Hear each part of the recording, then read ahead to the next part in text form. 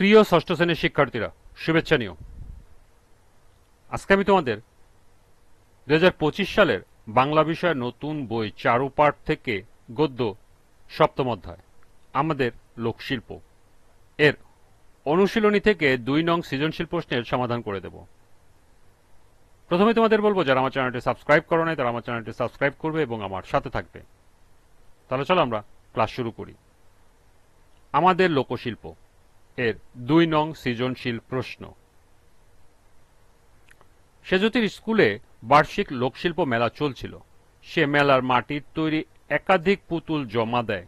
সেগুলো একটি গ্রামীণ পরিবারকে প্রতিনিধিত্ব করে। দর্শনার্থী, বিচারক এবং প্রতিযোগী সবাই মুগ্ধ হয়ে এটি দেখেন। একজন মন্তব্যে লেখেন, আমাদের লোকশিল্প যে এত সমৃদ্ধ তা বলে শেষ করার মতো নয়, কিন্তু সময় ও রুচির পরিবর্তনে তা আজ প্রায় ধ্বংসমুখ।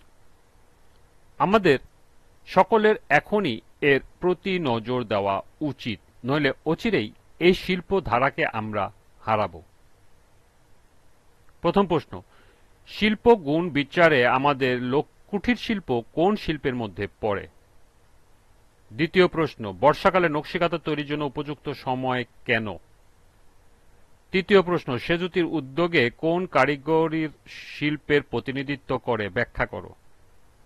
এবং সর্বশেষ প্রশ্ন, উদ্দীপকে লোকশিল্পকে বাঁচিয়ে রাখার যে তাগিদ অনুভূত হয়েছে তা আমাদের লোকশিল্প প্রবন্ধের বক্তব্যকে সমর্থন করে কি?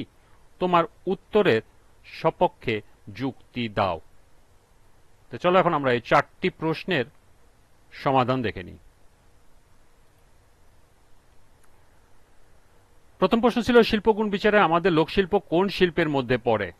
এর সমাধান হবে, শিল্পগুণ বিচারে আমাদের কুটির শিল্প লোকশিল্পের মধ্যে পড়ে। দ্বিতীয় প্রশ্ন ছিল, বর্ষাকালে নকশিকাঁথা তৈরির জন্য উপযুক্ত সময় কেন? বর্ষাকালে পানি থই থই করে, ঘর থেকে বাইরে বের হওয়া যায় না, যার ফলে বর্ষাকালে নকশিকাঁথা তৈরির জন্য উপযুক্ত সময়।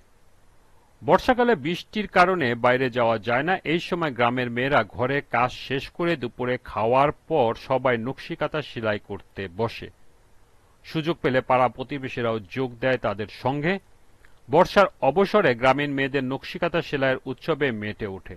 বর্ষাবন্দী পরিবেশে গ্রামীণ মেয়েদের নকশিকাঁথা সেলাইয়ের এক অপূর্ব সুযোগ সৃষ্টি করে দেয়।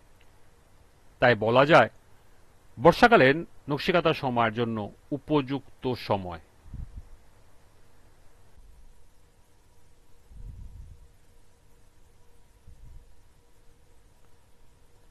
তৃতীয় প্রশ্ন ছিল, সেজুতির উদ্যোগ কোন কারিগরি শিল্পের প্রতিনিধিত্ব করে ব্যাখ্যা করো। সেজুতির উদ্যোগ আমাদের লোকশিল্প প্রবন্ধে কুমোরপাড়ার কারিগরের মৃৎশিল্প সৌন্দর্য ও ঐতিহ্য দিকটি প্রতিনিধিত্ব করে। আমাদের লোকশিল্প প্রবন্ধের লেখক বাংলাদেশের লোকশিল্প ও লোক ঐতিহ্যের বর্ণনা দিয়েছেন। আমাদের দেশের কুমোরপাড়ার শিল্পীরা মাটি দিয়ে তৈজসপত্র ও বিভিন্ন ধরনের শৌখিন দ্রব্য তৈরি করে থাকেন।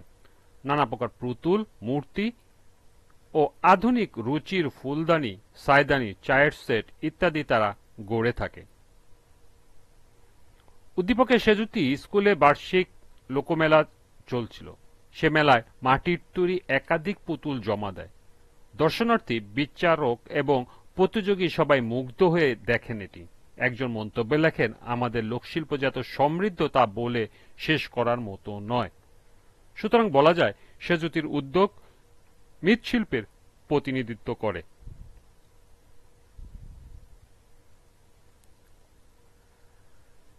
সর্বশেষ প্রশ্ন ছিল, উদ্দীপকে লোকশিল্পকে বাঁচিয়ে রাখার যে তাগিদ অনুভূত হয়েছে তা আমাদের লোকশিল্প প্রবন্ধের বক্তব্যকে সমর্থন করে কি? তোমার উত্তরের পক্ষে যুক্তি দাও। হ্যাঁ, উদ্দীপকে লোকশিল্পকে বাঁচিয়ে রাখার যে তাগিদ অনুভূত হয়েছে তা আমাদের লোকশিল্প প্রবন্ধে বর্ণিত লেখকের বক্তব্যকে পুরোপুরি সমর্থন করে। আমাদের লোকশিল্প প্রবন্ধের লেখক বাংলাদেশের বিভিন্ন অঞ্চলের লোকশিল্প ও লোক ঐতিহ্য সম্পর্কে আলোচনা করেছেন। লেখকের বর্ণনার মাধ্যমে লোকশিল্পগুলোর লুপ্তপ্রায় অবস্থাটি ফুটে উঠেছে। সময়ের পরিবর্তনে আমাদের সেই ঐতিহ্য আজ বিলুপ্ত হতে চলেছে, ফলে আমাদের দেশীয় ঐতিহ্য আজ মুখ থুবড়ে পড়েছে। লেখক সবাইকে এই অবস্থা সম্পর্কে সচেতন হতে তাগিদ দিয়েছেন। উদ্দীপকের সেজুতি বাংলাদেশের লোকশিল্পের অন্যতম নিদর্শন মৃৎশিল্পকে সবার সামনে উপস্থাপন করে। এসব মৃৎশিল্পের সৌন্দর্য মুগ্ধ করে সবাইকে। সময় ও রুচির পরিবর্তনে এই লোকশিল্প যে ধ্বংস হতে চলেছে সেজুতি তা অনুধাবন করতে পেরেই মেলায় এ শিল্পটি উপস্থাপন করেছে। উদ্দীপক ও পঠিত প্রবন্ধের মূল ভাবনা গ্রামীণ লোকশিল্পকে ধ্বংসের হাত থেকে রক্ষা করে আমাদের পুরনো ঐতিহ্যকে টিকিয়ে রাখা। আমাদের লোকশিল্প প্রবন্ধে বলা হয়েছে, আমাদের লোকশিল্পের একটি ইতিহাস ও ঐতিহ্য ছিল এবং আমরা সচেতনভাবে কাজ করলে তা পুনঃপ্রতিষ্ঠা করা সম্ভব। সুতরাং বলা যায়, উদ্দীপকের সেজুতি লোকশিল্পকে বাঁচিয়ে রাখার তাগিদ অনুভব করেছে, যা আমাদের লোকশিল্প প্রবন্ধের লেখকের বক্তব্যকেই সমর্থন করে।